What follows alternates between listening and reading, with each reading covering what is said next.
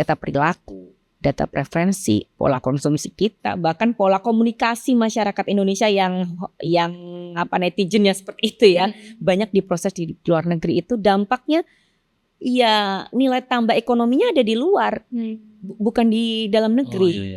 Insight bisnisnya di luar, dan ketergantungan kita depend on kita. Kita coba dihilangin aja ChatGPT, udah Bingung sih Mas kan. Bagi saya teknologi hari ini bukan instrumen, bukan cuma teknologi, tapi instrumen geopolitik, instrumen ekonomi, dan instrumen sosial. Dan ia membentuk decision making layer dalam masyarakat modern. Jadi bukan tentang seberapa canggih sistemnya atau siapa yang membuatnya, apa laki-laki atau perempuan, tapi siapa yang mendesain sistem itu dan untuk siapa, gitu aja sih. Paling penting adalah because in the age of artificial intelligence itu the real power is not artificial super intelligence, tapi apa? Intentional intelligence. Di mana intentional ini berarti ada niat, ada arah, ada moral, ada tanggung jawab. Dan jika kita ingin menjadi arsitek masa depan, bukan sekedar pasar teknologi, maka yang kita harus jaga bukan hanya inovasi, tetapi juga integritas.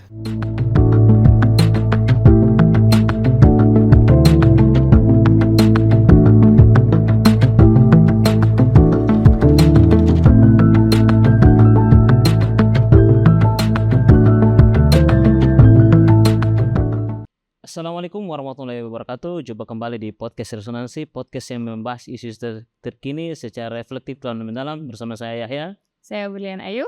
Resonansi, kupas tuntas tanpa keras-keras. Baik, kali ini kita akan membahas tentang artificial intelligence. Coba dong dikenalkan narasumber kita ini, Kak Berlian. Narasumber kita ini udah hadir ya, seorang periset luar biasa sih ini. Ada Dr. Dini Fronitasari ST MTP IPM. Selamat datang Kak Dini. Kita panggilnya Kak Dini ya. Panggilnya Kak Dini aja ya. Aku mau kenalin singkat nih soal profil Kak Dini itu. Beliau adalah periset senior Artificial Intelligence Badan Riset dan Inovasi Nasional atau BRIN. Itu satu. Kemudian beliau juga anggota tim penyusun strategi nasional kecerdasan artificial Indonesia 2020-2045. Kemudian jadi wakil sekjen kolaborasi riset dan inovasi industri kecerdasan artificial intelligence atau KORIKA. Yang keempat nih, founder PT Goritma Teknologi Solusindo atau Goritma Tech. Dan yang terakhir beliau juga dosen praktisi di beberapa perguruan tinggi. Jadi ini jam terbangnya udah luar biasa banget ini.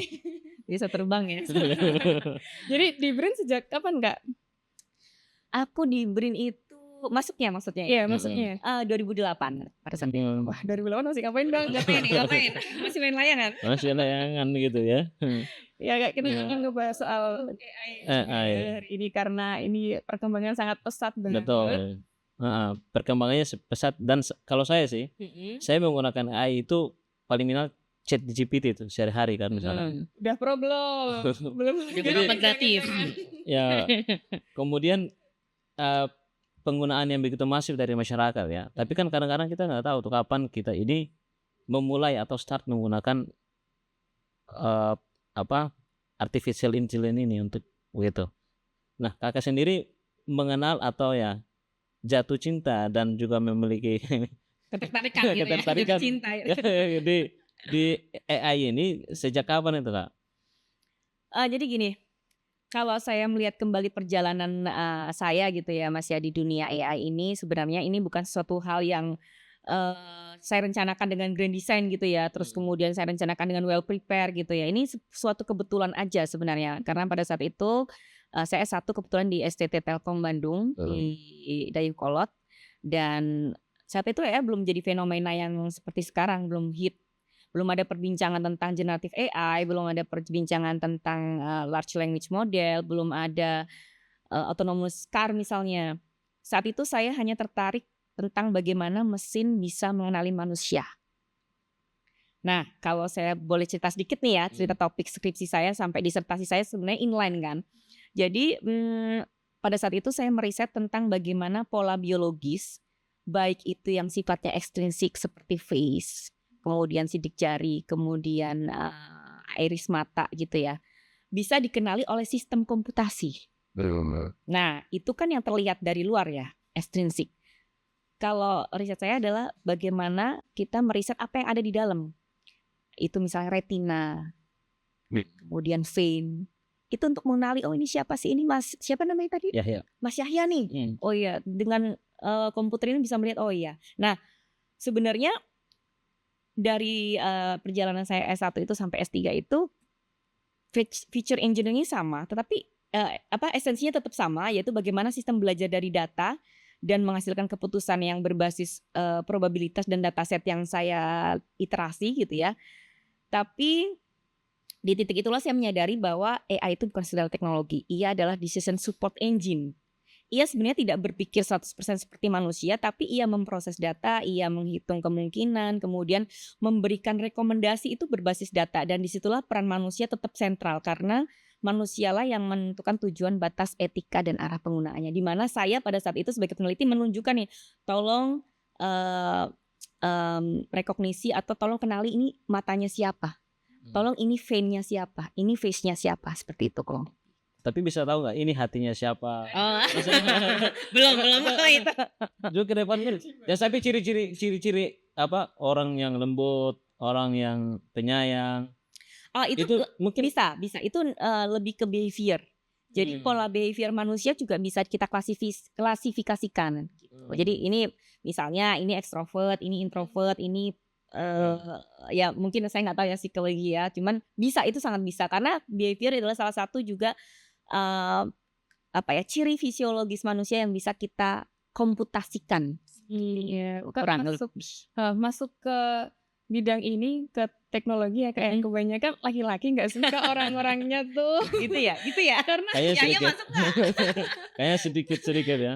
Gimana Kak tantangan nyatanya masuk ke bidang ini dan didominasi oleh laki-laki? Ya memang sih saya sangat sadar bahwa memang dunia maskulin ya, tapi tantangannya seringkali tidak pada kompetensi sih. Saya sangat yakin bahwa persepsi itu nggak ada gitu. Gender itu nggak ada karena kredibilitas itu dibangun dari kontribusi, bukan dari gender. Asalkan kita bisa menguasai fundamentalnya, kita bisa membangun rekam jejak riset yang baik misalnya, itu tidak akan menjadi masalah bagi perempuan. Karena sekali lagi dunia AI itu, reputasi itu lahir dari mungkin paper yang proper, kemudian prototype yang bermanfaat bagi masyarakat, kemudian problem solving untuk masalah-masalah yang ada di masyarakat. Nah, justru di era AI ini nih, pendekatan integratif itu jadi keunggulan. Kita tidak hanya dituntut membangun sistem yang akurat, tapi juga sistem yang lebih fair dan lebih bertanggung jawab. Jadi kalau bagi saya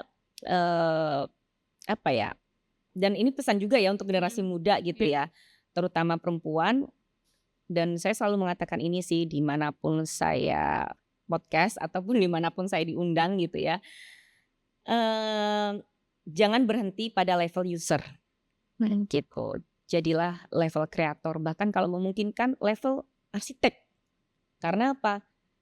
Kita itu tidak cukup hanya mengkonsumsi teknologi, kita harus memahami arsitekturnya, logikanya, dan epistemologinya seperti yang tadi kita bicara sebelum podcast kan. Kita nggak boleh tuh tiba-tiba cuman make. Kita harus belajar data literasi juga. Kita harus belajar juga bagaimana mengasah computational thinking. Memahami bagaimana model ChatGPT itu seperti ini ya. Bagaimana sistem ini tuh ternyata kalau pertanyaan seperti ini tuh juga error ya gitu. Jadi karena dalam ekosistem global ini tidak ketika kita tidak membangun, maka akan dibangun oleh orang lain kan pastinya. Dan yang tidak merancang akan dirancang oleh kepentingan yang lain. Maka pada itu bagi saya teknologi hari ini bukan instrumen, bukan cuma teknologi tapi instrumen geopolitik, instrumen ekonomi dan instrumen sosial, dan ia membentuk decision making layer dalam masyarakat modern. Jadi bukan tentang seberapa canggih sistemnya atau siapa yang membuatnya, apa laki-laki atau perempuan, tapi siapa yang mendesain sistem itu dan untuk siapa. Gitu aja sih. Berarti udah nggak terlalu menarik Kak pembicaraan soal gender di bidang-bidang seperti ini? Sebenarnya enggak sih, karena lebih ke mungkin memang karena kita masih banyak kekurangan wanita atau gender perempuan di STEM ini ya, karena memang secara stereotip itu kan maskulin banget kan, programmer segala macam. Tapi kan tidak hanya jadi programmer kan di dunia STEM ini. Kita bisa jadi desain analis misalnya atau sistem analis dan lain sebagainya, masih banyak. Tapi ya balik lagi, karena kita di Indonesia terutama, tapi kalau di luar sebenarnya banyak sih. Karena memang mungkin Indonesia tidak menarik ya untuk jadi seorang researcher misalnya, atau tidak menarik untuk menjadi seorang peneliti misalnya, atau tidak tertarik untuk di dunia STEM, lebih tertarik menjadi YouTuber, content creator gitu kan. Influencer. Yes. Makanya kita tuh jarang menemukan AI, pakar AI yang perempuan gitu. Ya. Ya mungkin itu ya. Ya karena baik lagi itu, STEM itu bukan ruang eksklusif. Ia adalah ruang strategis bagi kita semua yang jika kita mengisi ruang itu, saya percaya bahwa perspektif perempuan itu akan terkodekan dengan baik dalam sistem yang akan mengatur masa depan. Gitu. Jadi sebenarnya buat perempuan di luar sana ya jangan menunggu validasi untuk masuk ke dunia ini gitu ya. Kompetensi itu tetap balik lagi dibangun oleh exposure yang bagus, rigor yang bagus, bukan melalui excuse, izin. Oh boleh nggak sih perempuan? Nggak juga gitu. Leadership di era teknologi ini bukan soal laki-laki perempuan atau gelar saja juga gitu. Misalnya saya udah S3, kebetulan saja sudah S3, tapi yang mungkin belajar secara otodidak pun punya chance yang sama untuk bisa berkarya di dunia AI ini. Iya, setuju banget sih, karena kayaknya kalau emang sudah setara ya udahlah, nggak usah banyak dibahas lagi, apalagi butuh validasi. Action aja ya Kak ya. Kalau Kakak tadi kan ngomong kalau kita manusia yang menjadi arsiteknya gitu untuk AI ini, tapi kan pada kenyataannya ini kan banyak masyarakat, mahasiswa terutama itu menggunakan AI itu sebagai alat utama dalam personal assistant ini sebagai problem solving dan lain-lain ya. Itu begitu cepat gitu. Sehingga kadang-kadang kita juga bisa jadi kadang-kadang juga ini kan semakin masifnya AI ini dia bisa menjadi ini juga pengganti, dia akan mengganti peran-peran manusia begitu. Oke, ya. Di beberapa sektor pekerjaan. Oke. Jadi begitu Kak. Kalau AI itu digunakan oleh manusia itu sampai pada tahap mana gitu ya? Iya, tahap mana itu sudah menggantikan itu. Oke, jadi kalau kita mendengar AI sebenarnya banyak orang yang skeptis ya, takut pekerjaan hilang, takut manusianya digantikan mesin gitu, kita nanti nggak jadi apa-apa gitu ya. Sebenarnya kita bisa menanggapi itu dengan lebih tenang dan lebih rasional sih, karena AI itu bukan gelombang yang datang tiba-tiba nih, yang saya tadi cerita sebelum kita podcast. Itu AI itu hasil evolusi panjang loh dari teknologi dan data. Dari tahun 90 mungkin saya bisa katakan gitu ya. Dan setiap revolusi teknologi sebelumnya, kita mengenal revolusi industri gitu ya, pasti itu mengubah manusia cara bekerjanya gitu. Sebenarnya cara bekerja aja yang kita rubah. Pekerjaan yang terotomatisasi adalah pekerjaan yang sifatnya repetitif, mengulang, berbasis aturan, dan dapat diprediksi. Nah, repetitive connecting work itu aktivitas yang polanya tuh hampir sama dari hari ke hari. Jadi yang justru gunanya AI ini adalah kemampuan yang bisa merubah itu semua menjadi lebih efisien. Jadi nantinya pekerjaan itu manusia itu akan naik kelas. Jadi bukan lebih ke workforce extinction, tapi workforce transformation. Kita harus bertransformasi, manusianya harus agile, harus harus juga menyiapkan mental, karena kalau misalnya kita tetap berkutat di pekerjaan-pekerjaan yang bisa digantikan mesin, ya udah selesai memang. Tapi kan di luar itu kan kita tahu bahwa AI lebih cepat menghitung loh daripada manusia. Iya kan? Kita bisa menganalisis jutaan data dalam hitungan sepersekian milidetik malah. AI bisa menentukan pola yang tidak terlihat oleh mata kita, yang tadi saya katakan.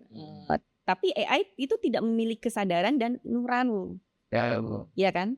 Ada AI memiliki kesadaran? Nggak ada. Karena AI tidak memahami makna dari sebuah decision maker yang dia buat. Dia hanya membuat keputusan berdasarkan data masa lalunya nih. Jadi AI itu memberi rekomendasi terbaik berdasarkan data, tapi tidak merasakan nanti konsekuensi moralnya seperti apa dari keputusan tersebut. Jadi disitulah kita sebagai manusia sadar bahwa AI itu bisa memprediksi resiko, tapi ia tidak bisa bertanggung jawab di situ. Nah, Sedangkan kita manusia itu kan diciptakan Tuhan gitu ya, bekerja dengan nilai. Jadi saya memang sebenarnya optimis, tapi kita juga perlu awareness juga gitu. Kita nggak bisa, kita sadar bahwa AI itu alat yang sangat kuat, dan setiap alat yang kuat tentu saja membutuhkan apa? Kendali kan? Kendali untuk kita manusia lebih kuat lagi. Jika tujuan datanya itu bias, biasanya AI itu bias. Jika tujuannya digunakan tanpa pengawasan yang bagus, resikonya pasti luar biasa AI itu. Tapi balik lagi, kita harus menjadi masyarakat yang memahami cara kerja apapun teknologi yang kita gunakan. Kalau AI salah kan paling dia ngomong, saya minta maaf, saya salah. Iya. Bersahabat banget ya semua. Iya, betul ya. Udah coba maaf ya, salah gitu. Iya, betul. Dan Kak, kalau tadi dibahas soal pekerjaan kan pasti ada beberapa pekerjaan yang hilang gitu ya. Iya. Jadi sebenarnya sejauh mana Indonesia memetakan masyarakatnya untuk upgrade skill mungkin. Jadi biar masyarakatnya nggak ketinggalan gitu. Upskilling gitu ya. Upskilling itu ya sebenarnya. Kalau untuk government-nya atau manusianya nih? Secara government bagaimana mengatur? Tadi kan karena dikatakan harus bisa mengatur, mengelola itu kan. Gimana sih kalau bisa itu diterapkan ke masyarakat? Betul. Karena gini, kalau saya bicara itu kita harus menyadari dulu nih filosofinya, bahwa tadi kan saya bilang manusia sendiri yang harus menetapkan batas-batas etika bagaimana menggunakan AI. Jadi kalau kita balik lagi pertanyaan, apakah government sudah memetakan mana sih yang hilang ya? Sebenarnya nggak usah government, kita juga sudah bisa memprediksi mana pekerjaan-pekerjaan yang nantinya akan digantikan oleh mesin, dan mana yang akan bisa pekerjaan yang akan datang, maksudnya pekerjaan baru yang akan muncul gitu ya. Jadi pertanyaannya sebenarnya bukan bagaimana AI itu menggantikan manusia, tapi bagaimana kita menggunakan AI dengan bijak itu. Tapi balik lagi, ketika kita memetakan pekerjaan itu ya, contohnya misalnya pekerjaan rutin, memasukkan data, misalnya entry data level, ya kan. Kemudian pekerjaan-pekerjaan seperti misalnya customer service itu sekarang kan bisa digantikan dengan AI semua kan. Chatbot, ya. Kenapa copywriter? Nah itu yang masih dalam pembahasan ya. Jadi kalau bagi saya pribadi gitu belum sih, karena copywriter pun masih bisa hanya menggunakan tools dan masih bisa mengklaim bahwa itu hasil kerja hybrid antara dia dan mesin gitu ya.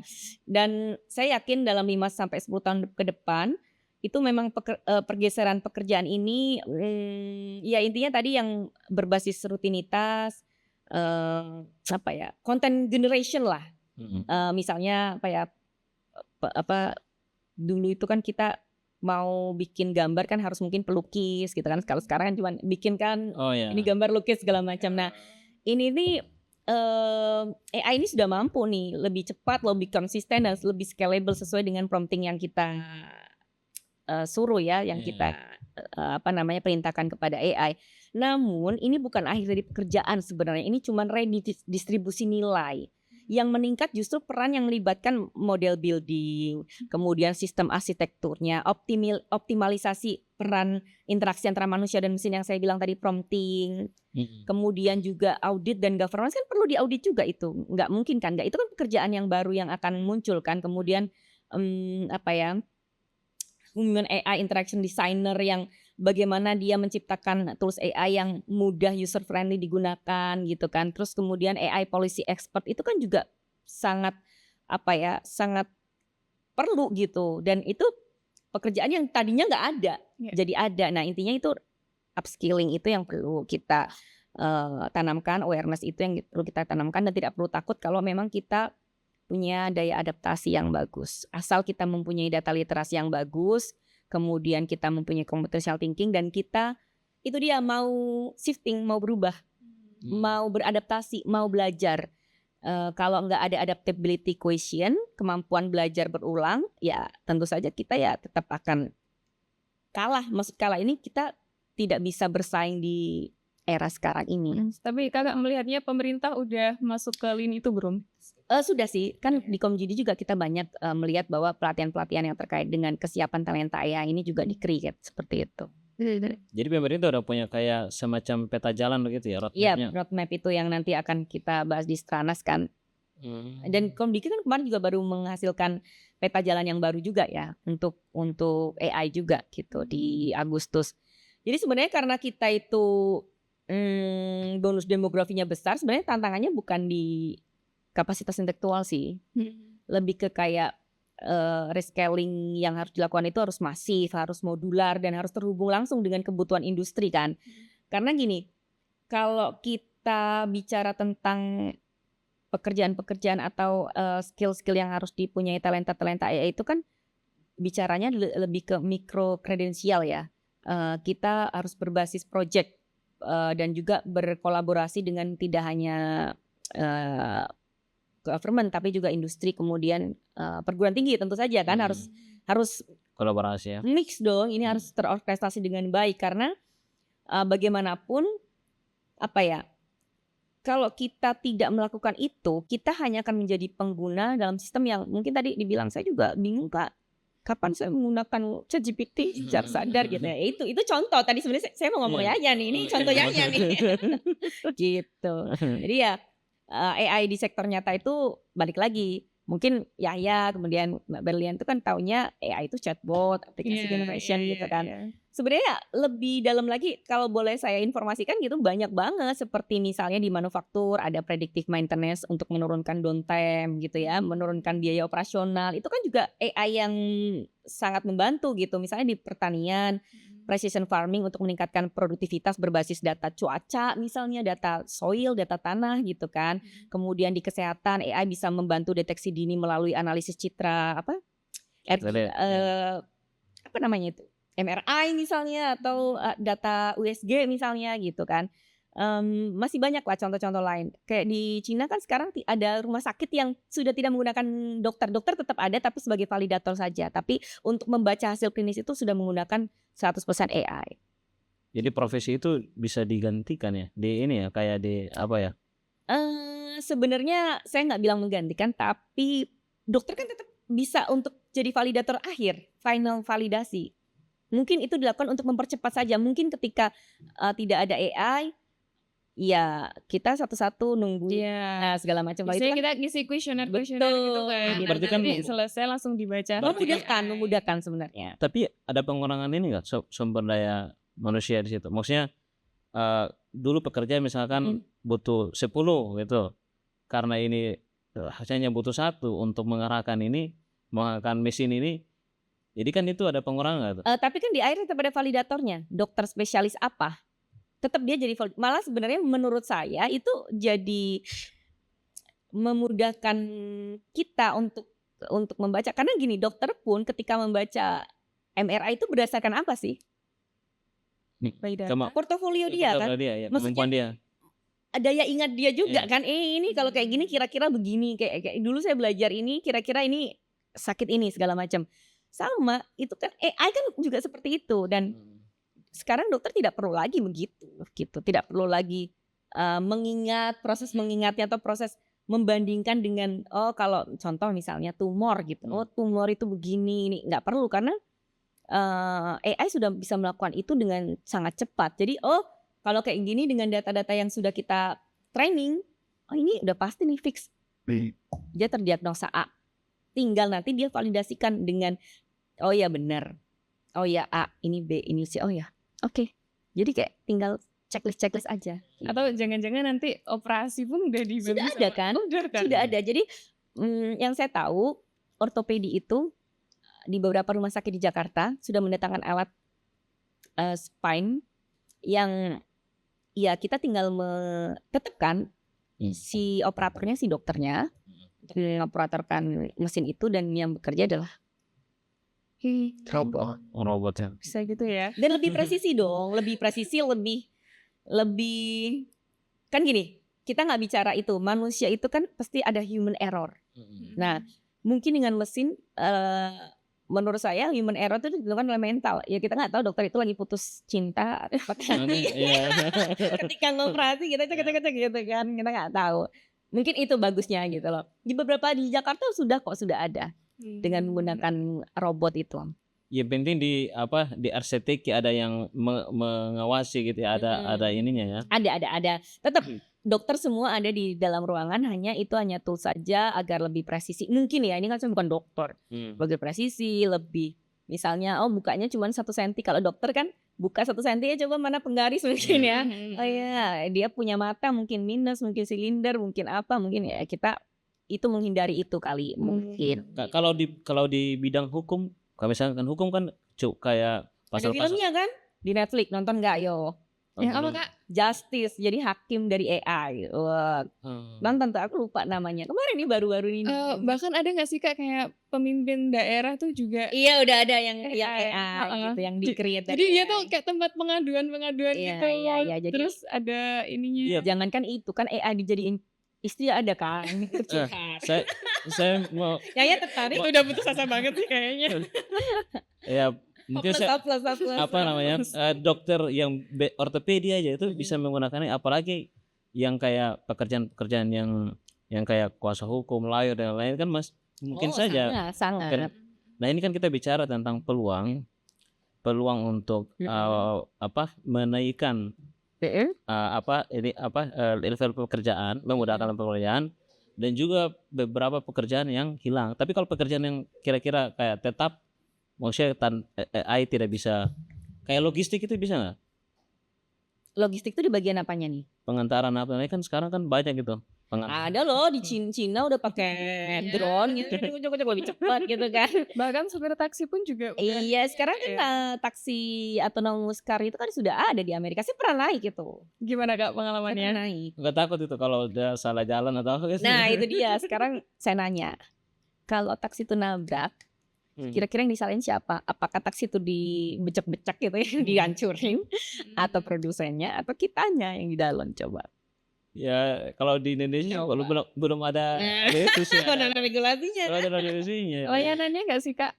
Nggak sih, sebenarnya gini. Kalau yang perusahaan taksi itu saya belum pernah membaca literaturnya. Tapi kalau yang kita punya autonomous car itu kan kita sebagaimana kan di awal kita membeli itu kan sudah ada, walaupun itu kita select pilot mode ya, tapi kita bertanggung jawab untuk tetap mengawasi ini mesin berjalan dengan baik gitu. Oh gitu ya? Iya kita punya kewajiban di situ. Berarti dia akan bangun kalau misalkan kayak mobil jalan, bangun. Nah, nggak bisa tidur kita sebenarnya, itu hanya iklan saja.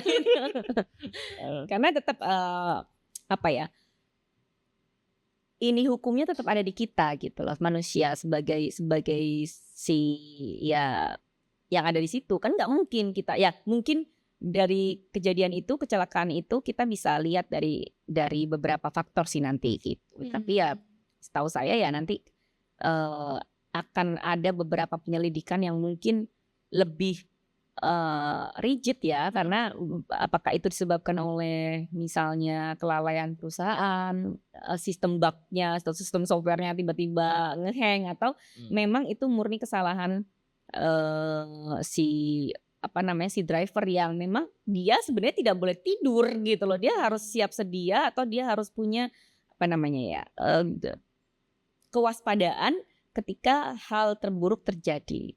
Mungkin dia bisa dikenain juga sih. Gitu. Iya, oke. Kak, berarti kan ada pekerjaan yang tergantikan, ada juga pekerjaan baru nih yang datang. Jadi melihatnya tuh AI itu sebagai ancaman atau sebuah evolusi, Kak? Dari kacamata saya, evolusi ya. Dan manusia harus beradaptasi ya. Iya harus, karena bagaimanapun nggak hanya AI, revolusi teknologi dari zaman dulu, revolusi industri 1, 2, 3, 4 yang kita lihat ya tetap itu sebenarnya merubah cara kita bekerja saja. Tapi karena memang AI ini bisa melakukan beberapa pekerjaan manusia, dan memang dirancang berpikir dan berlaku seperti manusia, ya akhirnya beberapa pekerjaan yang repetitif itu adalah pekerjaan yang pasti hilang. Coba Kak tunjuk pahamkan kepada saya ya. Pahamkan kepada saya pahamkan ini ya. Oke. Apa namanya, upskilling dan reskilling kan kalau tadi itu kita kan ini evolusi gitu. Jadi mau tidak mau kita harus menyesuaikan dong gitu. Kayak satu contoh aja gitu yang memang kamu harus ini loh upskilling dan reskilling kamu tuh di ini misalkan gitu. Salah satu contoh aja gitu untuk apa ya, mengatakan bahwa AI ini adalah evolusi gitu. Ya itu dia, ketika kita sudah mampu memahami cara bekerja dari tools yang kita buat, atau kita misalnya tools yang kita buat, tools yang kita pakai, itu kan kita harus create computational thinking kita. Oh, ternyata AI begini. Nah, dari situ pasti akan ada nanti timbullah ide-ide baru, maksudnya ide pekerjaan juga yang ternyata belum ada nih seperti ini. Makanya sekarang sering nggak di internet pelatihan prompting ChatGPT. Ada yang jualan juga. Jualan dong. Itu karena dia melihat peluang itu gitu, bahwa mungkin dia tadinya pengguna make ini. Oh, ternyata kalaupun make dengan saya prompting A sama prompting B sama prompting C hasilnya sangat berbeda gitu. Nah, itu saya pikir itu akan natural, akan tercipta ketika kita mulai belajar itu. Dari situ ya. Bukan misalnya tidak harus jadi programmer loh, tidak harus jadi programming, tidak. Tapi itu kemampuan itu yang harus kita kembangkan. Kemudian kemampuan yang tadi saya bilang agile bahwa misalnya nih pekerjaan masnya apa nih, takut digantikan hostnya gitu ya, AI gitu. Enggak takut, saya kan cuma makan. Oh iya. Enggak. Kalau ini contoh maksudnya ya kita yang ini aja ya di depan mata gitu ya. Kalau misalnya Mas Aya misalnya nanti saya gimana ya, saya jadi apa ya? Ya mungkin kalau misalnya suatu saat nanti memang host itu bisa digantikan dengan AI, kan ada juga kan create aja lah satu host yang memang ya host AI tapi ini buatanku mungkin, atau ini trademarkku gitu. Tapi yang ya jadi enak dong, kita punya tuyul untuk kerja gitu. Kita harus kerja sendiri cuap-cuap. Kalau itu perlu nggak tuh campur tangan pemerintah? Misalkan gini kayak rata-rata Indonesia ini tidak melek terhadap artificial intelligence. Lalu kita butuh nih secara keseluruhan holistik ini pemerintah harus turun tangan nih, membuat satu aturan, kalian harus spesifik di bidang-bidang ini gitu. Perlu nggak tuh pemerintah? Sebenarnya sangat perlu untuk bisa memappingkan kebutuhan talenta AI dan kebutuhan bagaimana Indonesia ini bisa menjadi ya setidaknya kita punya produk AI sendiri gitu kan. Tapi kembali lagi kita menyadari bahwa memang ini belum menjadi suatu awareness kali ya di pemerintah ini. Jadi kalau kita bisa berkaca dari luar, itu sudah banyak badan-badan AI yang dibentuk khusus AI. Jadi mungkin kita berdoa bersama lah bahwa nanti itu akan dibuat sehingga dari situlah muncul use case AI, muncul policy, muncul kebijakan, muncul panduan etika, baik itu si pembuat AI ataupun etika untuk si pengguna AI untuk bisa menggunakan AI ini dengan bijak gitu. Kalau menurut kakak AI ini kayak semacam ancaman nggak? Ini ancaman untuk manusia begitu? Pernah nggak kakak alami kayak reject atau deny itu dari AI itu? Reject apanya nih? Maksudnya reject? Dia tidak sesuai dengan perintah apa promptingnya kakak, maksudnya dia tidak sesuai gitu. Karena sering ya. Sering. Makanya saya termasuk yang to be honest, saya jarang menggunakan ChatGPT. Kita berandai begini misalnya, kita menciptakan banyak robot ya untuk mempermudah pekerjaan kita. Tapi pada akhirnya robot-robot ini tidak mematuhi perintah kita, kayak film-film. Iya, film ini yang diceritain film nih sebenarnya, saya tahu nih. Terus mereka menyerang manusia itu. Iya. Ya kakak melihat itu bagaimana? Maksudnya kayak kok ini dia malah menjadi ancaman begitu. Itu gini, robot itu didesain oleh siapa? Manusia kan. Yang memasukkan pikiran ke robot itu siapa? Manusia. Tapi kan kadang-kadang dia cuma bilang minta maaf saya salah. Tapi dia kalau dia menjadi ancaman maksudnya gitu, tidak mematuhi. Makanya produsen AI itu harus strict untuk membuat batasan-batasan dari apa yang telah dia ajarkan kepada mesin itu. Itulah yang penting sekali, sangat penting tricky-nya di situ. Karena apa? Mesin kalau nggak ada data itu ya nggak akan lah, misalnya nyerang, tapi di dataset nyerang tidak ada ya nggak ada, tidak akan pernah ada gitu. Ya mungkin contoh ya misalnya, oke kamu mungkin si produsennya, oke kamu nyerang kalau kena taplok misalnya atau apa gitu. Ya udah nggak usah aja ada penyerangan dan lain sebagainya yang bersifat kita masih kita masih gambling apakah itu akan dia lakukan ketika dia dalam keadaan terpaksa, maksudnya membela diri gitu ya kayak manusia gitu atau enggak gitu ya, nggak usah ditanemin yang seperti itulah. Mungkin ke kendali tadi yang paling penting sebenarnya. Ya Kak, bahas soal AI yang basicnya kan data kan Kak, data diolah dan datanya kan sangat banyak sekali, apalagi kita bicara soal Indonesia dengan penggunaan AI termasuk yang tinggi.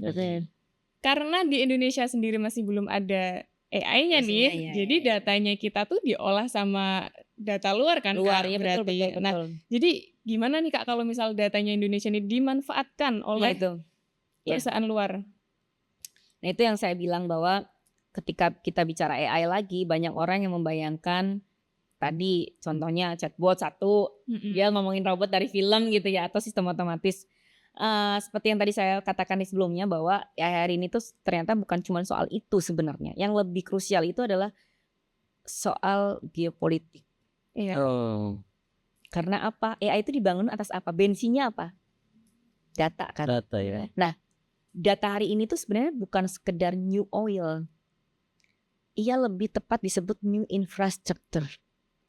Jadi kalau dulu infrastruktur itu menentukan kekuatan sebuah negara kan, jalan, pelabuhan, listrik. Hari ini data dan komputasi memainkan peran yang sama. Bayangkan, data itu melatih model. Oke? Model itu melahirkan keputusan atau decision making. Keputusan mempengaruhi ekonomi nggak? Mempengaruhi kebijakan nggak? Mempengaruhi arah pembangunan negara nggak? Artinya siapa yang menguasai data dan komputasi itu memiliki pengaruh besar terhadap masa depan di dunia. Nah, ketika data rakyat Indonesia ini dilatih di luar negeri misalnya, di sebagian platform digital yang kita gunakan hari ini adalah memang platform global kan, nggak ada yang platform lokal kan. Data perilaku, data preferensi, pola konsumsi kita, bahkan pola komunikasi masyarakat Indonesia yang netizennya seperti itu ya, banyak diproses di luar negeri. Itu dampaknya ya nilai tambah ekonominya ada di luar, bukan di dalam negeri. Insight bisnisnya di luar dan ketergantungan kita depend on kita. Kita coba dihilangin aja ChatGPT, udah bingung sih Mas kan. Kayak data ekonomi kan data Indonesia. Kayak Indonesia nih mau bagusnya mereka konsumsi apa ya gitu. Makanya ini bukan soal globalisasi atau anti globalisasi, ini soal keseimbangan, balancing. Indonesia perlu membangun kerangka data governance yang kuat. Perlu membangun sovereign the cloud untuk data yang strategis. Jadi kita nggak pakai cloud orang lain. Serta perlu membangun national compute infrastructure agar kita tidak sepenuhnya bergantung pada resources luar. Karena kedaulatan ini bukan berarti kita menutup diri ya, tapi lebih memiliki kontrol atas aset strategis kita, yaitu aset apa? Data dari seluruh warga Indonesia. Dalam era sekarang ini, jujur saya katakan memang data dan compute adalah strategic asset. Jika komputasi itu sepenuhnya bergantung pada cloud luar negeri, kita rentan banget terhadap perubahan regulasi. Rentan banget. Kita gangguan supply chain-nya, luar biasa kalau kita sedikit aja. Karena mereka semua sudah bisa membaca, memprofiling Indonesia tuh negara apa sih, rakyatnya kayak apa sih gitu. Kak, itu jadi ketakutan tersendiri gak sih kalau misalnya AI itu jangan-jangan bisa jadi mata-mata kita dari luar negeri gitu. Karena gini, kalau kita bicara itu satu, itu tidak disadari oleh kita sebagai pengguna. Contoh, pernah kerasa nggak ketika kita ngomongin preferensi kita, media sosial, Shopee, algoritma, apapun muncul. Itu gimana sih? Muncul nggak? Dan itu kalau dimanfaatkan, itu dimanfaatkan oleh orang luar untuk membuat satu produk-produk ataupun That's right. Mesin lah untuk apa? Menampung ini 270 sekian juta jiwa ini. Udah 300 kali sekarang. Udah beranak pinak. Ya itu Coba kan, bayangkan. tapi itu kalau di Indonesia sendiri sudah sejauh mana Kak untuk dari sisi government melihat ini peluang? Kalau kita sih mikirnya gini, karena kita tahu bahwa ini kan yang dua raksasa besar mana? Amerika, Ya, dan Tiongkok. Oke. Amerika Serikat unggul dalam foundation model, ya kan? Ekosistem chip, dia tuh luar biasa banget. Venture capital, perusahaan-perusahaan tech itu kan dibanjiri dana yang tidak terbatas. Kemudian kalau Cina unggul dalam scale development-nya, strategi AI berbasis negara. Mereka melindungi rakyatnya. Mereka pernah dengar nggak kita pakai WhatsApp di Cina tuh nggak bisa? Oh iya. Pernah dengar? Kita harus pakai provider Indonesia baru bisa gitu. Kalau kita pakai provider Cina nggak bisa. Di sana nggak ada TikTok? Nggak ada. Itulah cara negara untuk melindungi negara. Karena mereka punya sendiri aplikasi Red Hat, apalah gitu. Karena mereka percaya bahwa apapun yang sifatnya adalah data-data dari rakyat atau warganya adalah data-data yang sifatnya aset. Karena ketika tahu profiling itu dengan sangat mudah untuk kita dibenturkan dalam keadaan apapun. Jadi kita sebenarnya tidak perlu meniru keduanya sih, tapi kita perlu membentuk AI yang relevan dengan kita. Kita unggul di mana sih? Oh begitu ya. Coba biodiversitas. Kita unggul di agriculture untuk pertanian yang tropis. Kita unggul di maritim analitik dengan negara kepulauan misalnya. Kan itu sebenarnya case-case itu tidak ada di Amerika. Tidak ada di Tiongkok. Itu just ada di Indonesia. Dan itu mungkin yang perlu kita sadari. Gak perlu kita misalnya kayak bikin tandingan LLM kayak ChatGPT gitu ya. Gak perlu gitu ya. Kita optimalkan saja gitu lah. Dan yang paling penting adalah secure data pipeline yang sesuai dengan kebutuhan nasional itu. Kebutuhan kita tuh apa gitu. Nah itu yang paling penting. Makanya tadi kata Mbak, gimana ya itulah ini gunanya kita secara government policy makernya gimana seperti itu. Kalau AI kayak untuk membantu, kan ada sekitar 64 juta UMKM gitu. Kalau ini ya bisnis ya. Nah, kalau AI menyasar ke UMKM ini sudah sejauh mana Kakak melihat dia membantu dari sisi ini UMKM ini? UMKM itu kita tahu itu tulang punggung ekonomi kita kan ya.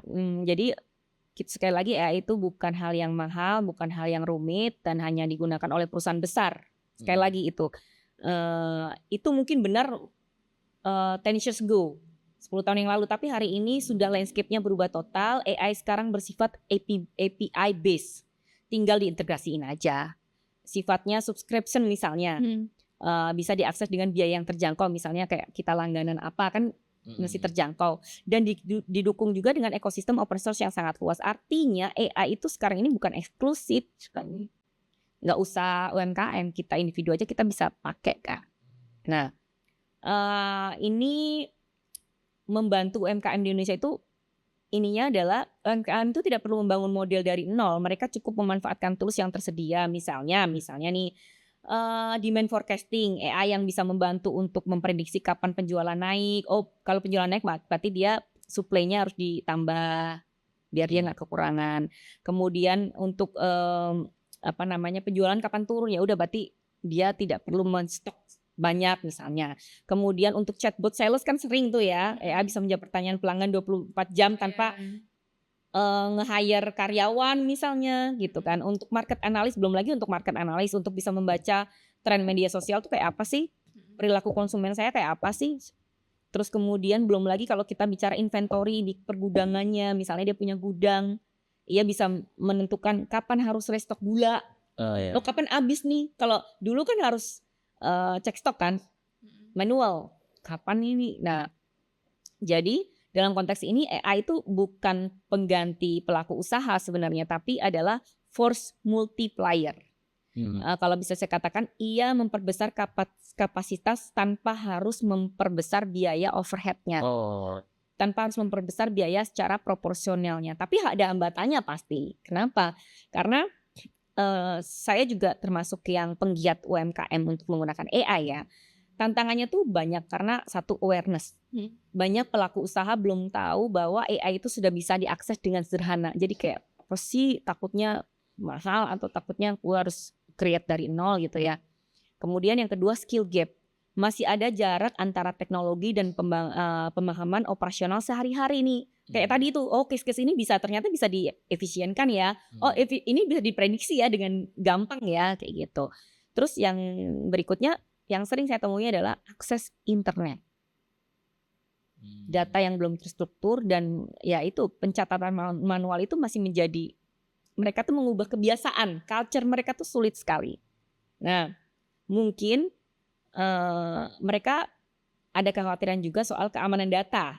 Jadi mereka kan kadang-kadang kalau orang UMKM itu apalagi yang mikro small itu aduh apa sih ini gitu kan. Nah, makanya kita perlu ruang yang kita bisa bilang belajar bersama gitu ya untuk mereka lebih terarah gitu. Biasanya tuh kita sebut dengan AI sandbox untuk UMKM. Salah satu pendekatan strategisnya itu membangun AI sandbox nasional untuk UMKM, yaitu di mana UMKM di situ bisa mencoba tools AI tanpa resiko yang besar. Misalnya belajar langsung dari kasus studi nyata. Misalnya ditanya, kamu tentang apa UMKM-nya? Maksudnya kamu UMKM di bidang apa? Kamu butuh apa? Nanti ada tim yang mencoba untuk meng-create tools apa yang pas dan tools apa yang bisa membantu. Seperti itu. Dan dengan pendekatan ini saya sangat yakin AI itu tidak terasa abstrak ya, tidak terasa kayak ya di luar jangkauan atau ya melangit gitu ya, enggak sih. Lebih kan jadi model juga udah bisa Kak ya. Betul. Jadi alat praktis lah, kita bisa bilang alat praktis untuk bisa meningkatkan omset, mengurangi efisiensi, memperkuat daya saing misalnya. Dan kembali lagi dengan adanya kita bicara produktivitas UMKM itu meningkat, kita tahu itu tulang punggung ekonomi kita. Kalau itu meningkat, otomatis ya ekonomi kita pasti akan meningkat juga kan. Tapi ya balik lagi adopsi AI-nya harus yang tepat. Sesuai dengan apa kebutuhan Indonesia. Betul, kebutuhan UMKM itu sendiri. Karena setiap UMKM misalnya gini, F&B dengan bisnis UMKM misalnya apa ya? Kita bicara, ya banyak kan F&B ya. Misalnya F&B A, F&B B kan juga beda-beda gitu kan. Misalnya dia jual makanan yang cepat basi sama makanan yang bisa dikemas 3 bulan gak bau kan juga berbeda tools yang dipakai gitu.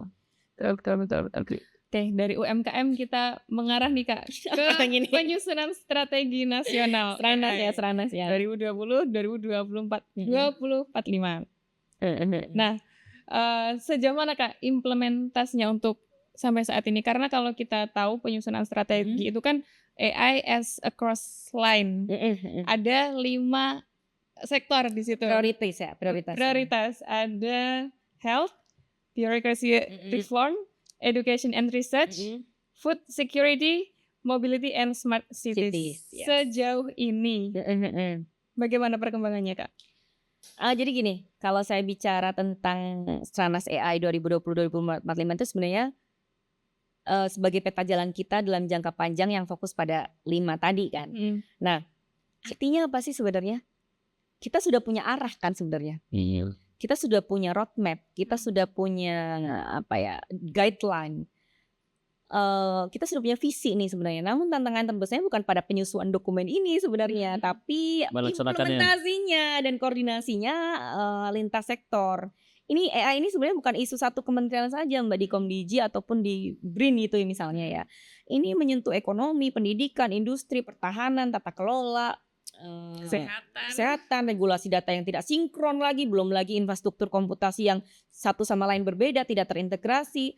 Nah, belum lagi pengembangan talenta yang tidak selaras dengan kebutuhan industri, yang dilatih apa, kebutuhan industrinya apa gitu ya. Jadi strateginya hanya akan menjadi blueprint tanpa eksekusi sebenarnya Stranas ini kalau kita tidak segera untuk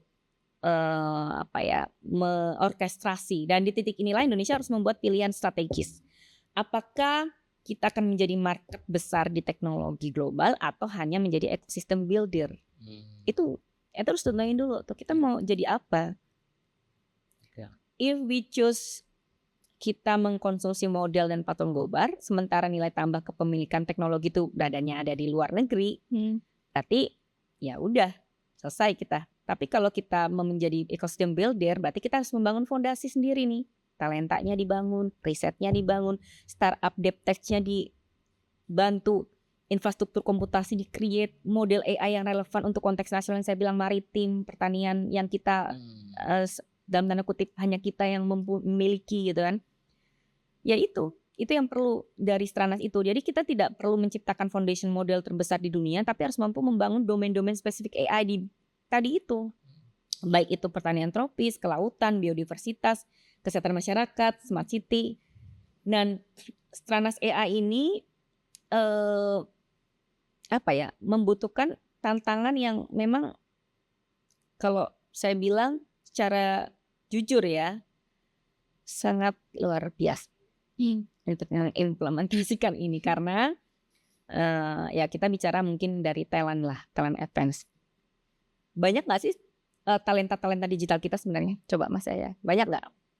Saya pernah saya banyak gak sih? Sebenarnya banyak Pak. Tapi kemampuan membangun model skala besarnya itu tidak ada. Memahami distribusi trainingnya itu sangat minim dan AI safety model optimization sistem arsitektur masih terbatas loh. Nah ini membutuhkan investasi jangka panjang, mungkin dari pendidikan doktoral, kolaborasi global dengan negara-negara yang sudah mature, kemudian jalur karir yang menarik agar talenta terbaik kita berkembang dalam negeri gitu. Karena belum ada jalur karir yang menarik. Ini saya to be honest ya gitu. Yang kedua kita bicara infrastruktur aja.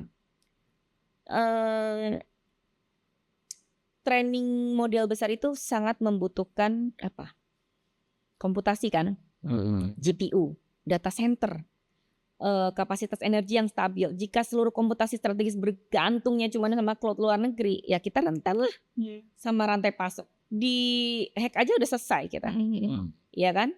Dan dalam konteks ini, compute itu bukan sekedar fasilitas teknik, udah harus masuk ke aset yang sangat strategis gitu. Dan itu dia komitmen politik untuk menjalankan Stranas itu. Kan penting ya. Jadi bukan proyek 5 tahun nih ya, selesai ganti lagi. Ya, bukan panjang ini, gitu ya. Harus kita lakukan adalah proyek generasi. Dibutuhkan keberlanjutan kebijakan, sinkronisasi regulasi, serta kepastian hukum agar industri dan investor itu memiliki kepercayaan untuk saya bangun data center untuk AI di sini. Jadi saya tahu dan saya informasikan memang untuk menuju ke situ Indonesia juga sedang merancang beberapa kerangka regulasi yang lebih komprehensif mengenai rancangan peraturan presiden tentang tata kelola AI, penguatan perlindungan data pribadi melalui undang-undang PDP gitu ya. Serta mungkin Komdigi sedang melakukan harmonisasi lah kebijakan digital menunjukkan bahwa kesadaran terhadap urgensi AI governance ini sudah mulai terbentuk. Namun kita harus tahu bahwa ini semua kan tidak hanya dokumen ya harusnya.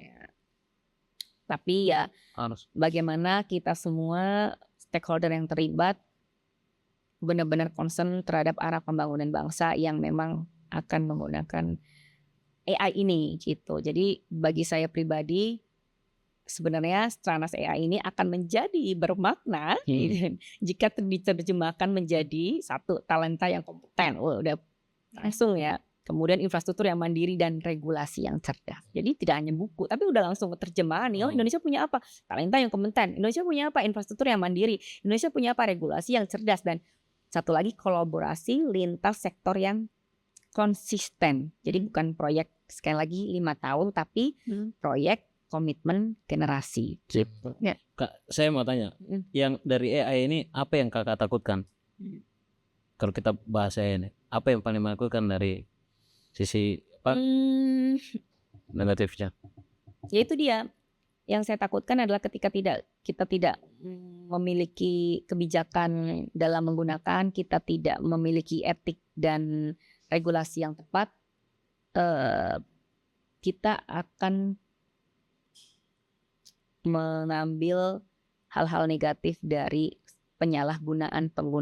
Kalau AI dipakai untuk saling perang gimana, Pak? Kak? Kan sekarang Apa nih? Oh, karena ada ini perang Iya. tiga gitu ya. penggunaan iya Deepfake gitu. iya apa ininya, maksudnya kayak clue untuk kita tahu itu kalau ini AI ancaman untuk perang itu bagaimana, Kak?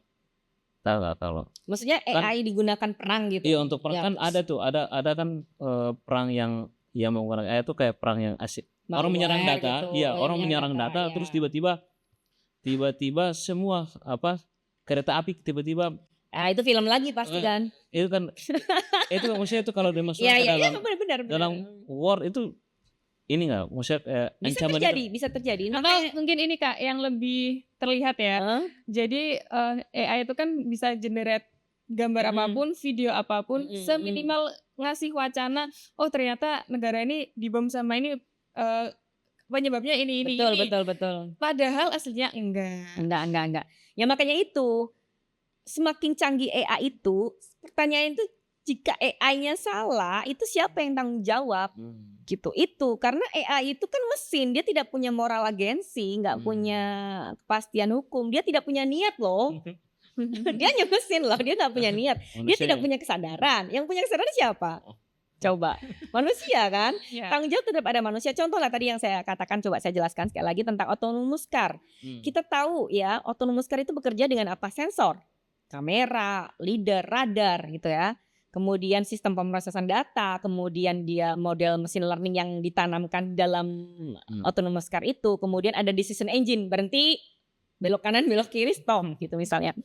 Ia membaca lingkungan kan, memprediksi resiko karena ada lubang di kanan, oke, menghindar ke kiri, tapi ke kiri gak ada mobil ya, oke langsung lanjutkan. Itu kan keputusan itu milidetik loh. Tapi keputusan itu tetap lahir dari mana sih? Dari manusia. Dari desain sistem dong, dari parameter yang ditentukan oleh developernya sendiri, dari data yang digunakan untuk melatih model itu, dan kebijakan keselamatan yang ditanamkan perusahaan itu, perusahaan si punya autonomous car misalnya. Nah, kalau kita bicara ke situ, coba kita bayangkan saja kalau terjadi kecelakaan, kita bahas karena belum sempat terbahas kan. Analisis hukumnya itu kayak gimana gitu. Nah, mungkin ini saya akan coba membreakdown ya. Yang pertama, apakah dia cacat desain nih? Jika ada ya berarti tanggung jawab bisa mengarah ke produsennya kan. Nah, kalau ada kegagalan sistem atau software misalnya tadi saya bilang, developer ya. Kemana? Tanggung jawabnya pengembangnya juga, pengembang softwarenya lebih spesifik misalnya. Terus kemudian misalnya lagi ketika penggunanya lalai. Coba misalnya sistem level untuk autonomous car itu masih mewajibkan human override. Tetapi pengemudi tidak siaga nih, ya itu tetap ya karena bisa penggunanya gitu kan. Kemudian apakah ada faktor eksternal, ya kita bicara lain lagi itu kan, apalagi misalnya kondisi jalannya seperti apa, apalagi Indonesia gitu, makanya belum masuk tuh autonomous car ke Indonesia. Jadi yang diperiksa adalah rantai tanggung jawab ini lebih spesifik. Beda dengan misalnya mobil biasa yang oke, nabrak, yang salah siapa, yang kanan siapa, kita tinggal lihat gitu ya. Prinsip dasarnya itu AI tidak punya moral agency, AI tidak punya kesadaran, AI tidak punya niat. Jadi kalau tadi dibilang kalau dia digunakan untuk kejahatan, ya bukan niatnya AI, itu niat orang di belakangnya. Dan dalam hukum pidana, sepengetahuan saya nih, pertanggungjawaban itu sangat terkait dengan namanya niat, mens rea, yang disengaja dengan maksud, sengaja karena lalai, tadi orang yang ini sengaja karena terpaksa kan, overma. Nah, coba kalau yang sengaja, yang tadi ngehack tadi, berarti sengaja dengan apa? Maksud kan, udah masuk itu pidananya dong. Kita menggunakan keunggulan AI untuk melawan war, untuk perang, untuk melawan yang lain, kan kita ini juga. Tetap aja itu kan perbuatan yang tidak baik ya istilahnya. Ya, pokoknya intinya gini, mesin itu tidak memiliki bukan subjek hukum. Tetap manusia, individu, perusahaan atau badan hukum yang bisa istilahnya bisa dituntut lah. AI tetap bisa. Jadi kalau misalnya tadi ditanya gimana nih kalau misalnya dia digunakan untuk perang, ya orangnya lah berarti yang harusnya. Itu kalau AI-nya mah nggak salah. Itu manfaat untuk saya mengalahkan misalnya. Mengalahkan nih Iran sama Israel nih. Nah terus ini Kak, sekarang ini satu lagi, saya tuh sekarang agak kurang percaya atau tidak bisa karena tidak bisa membedakan antara video apakah ini original ataupun ini rekayasa AI. Makanya sekarang tuh saya tuh sudah kayak tidak percaya ini ya, walaupun ini video asli. Oh iya itu ya, deepfake itu ya. Iya, kita tuh kadang tidak ini ya, maksudnya cara untuk keluar dari situ gimana ya gitu.